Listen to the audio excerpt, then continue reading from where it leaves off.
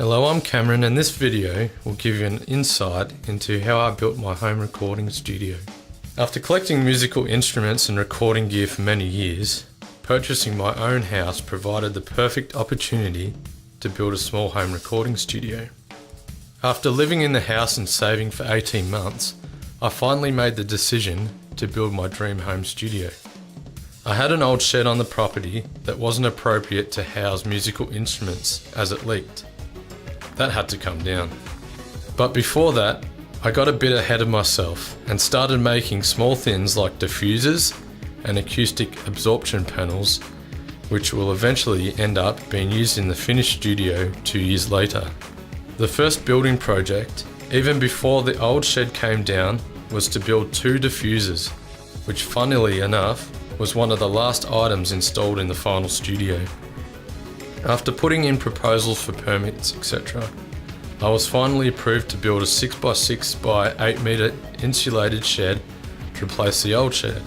After slaving for weeks, I had removed the old shed with a lot of help from my father and had nothing left but an old slab which I added to in order to save some money.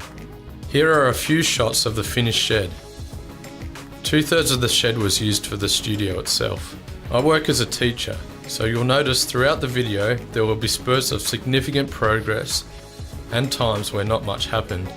This is because I really only got a chance to work on the studio throughout my holidays. In May of 2015, the first lot of building materials was delivered. These are some pics of the bats I used throughout the structure. By July, and with a significant amount of help from my mate TJ, I was able to get the framing underway. Now you can see the bats going in. I used chicken wire that I tacked onto the back of the studs to hold the bats in the first layer of the studio to ensure there was an air gap between the outer wall and the insulation on the shell of the shed itself. During the September holidays of 2015, the drywall of the first layer of the drum room went up and sealed. I went through a lot of silicone making sure every tiny gap was filled. You can also see the framing for the second layer, which was decoupled from the outer wall. There was a 20mm gap between the walls. Unfortunately, there were a couple of places where we had to join the inner wall to the outer, mainly on the roof. I don't think it affected the transfer of sound throughout the building too much. During this time, I was also making things for the ventilation system.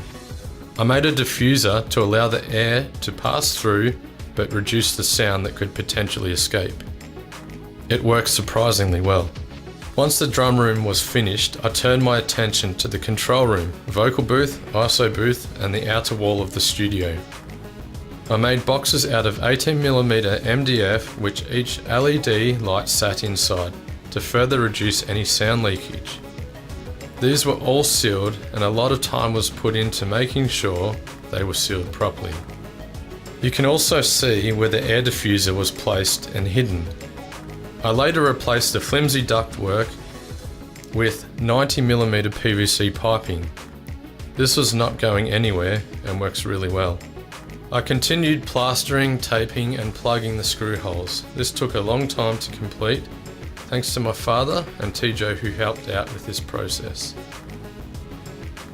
My father and I then sanded and painted the entire studio, 2 undercoats and 2 coats of the final finish. I figured it wouldn't hurt to put a number of layers on. At this point, it really started to feel like a room. The dynamics of the space changed significantly. Lots of reverberation. You can see a couple of holes in the drum room. This was to allow for the ventilation systems to pass through, and an extractor fan which pushes the air through the diffuser and out of the studio. I wanted a plain wall for people to perform in front of when they were in the studio, just in case they wanted to video, so they would stand out. I went with a black background because I had made a sign for the studio on a black background and thought this would be the ideal place for it. In my summer holidays of 2015 and the beginning of 2016, I made lots of diffusers to absorb the sound bouncing around the room. Each room has a different colour of diffusers. The drum room has green diffusers, vocal booth purple, and the control room blue, a similar colour of my PreSonus Studio Live mixers. These were vital in achieving a nice controlled sound. In the drum room, I made 2 super chunk diffusers, which can also act as guitar holders, hence the very heavy framing. These are as solid as a rock. You can take the guitars off for more absorption. They look great when they have guitars hanging on them.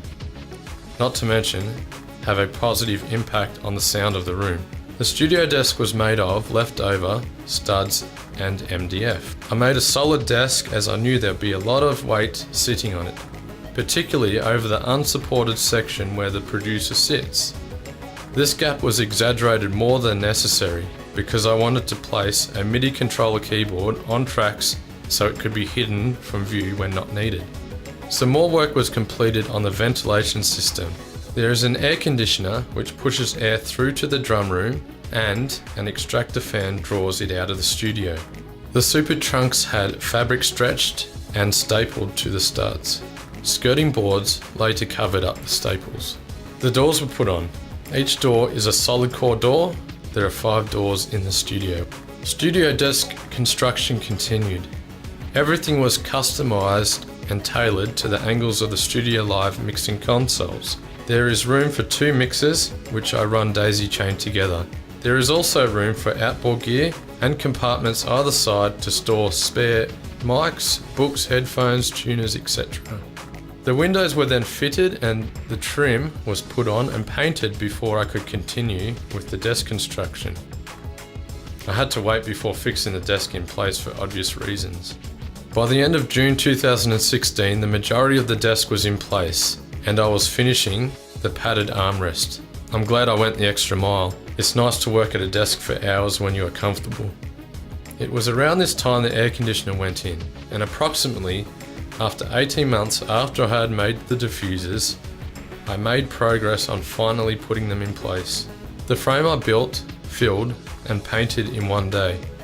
Not ideal, but I rushed it because I had a mate helping with skirting the next day, and I wanted skirting around it.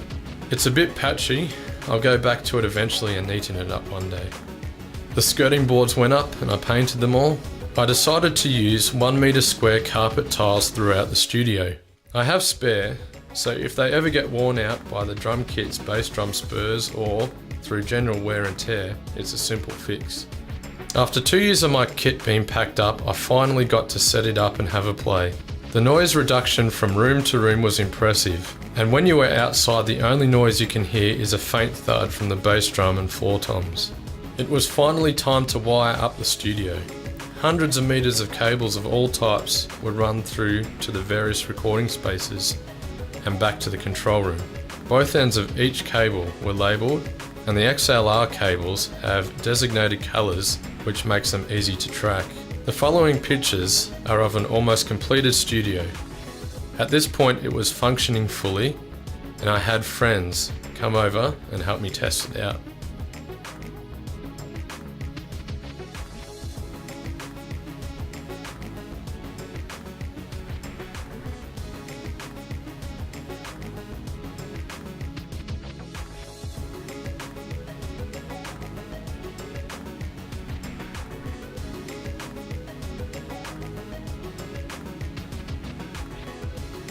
The final project was to create a sign to sit in the gap between the top of the mixers and the top level of the desk. I wanted it illuminated and be able to change colours. The studio logo is Braille for Slade Studios.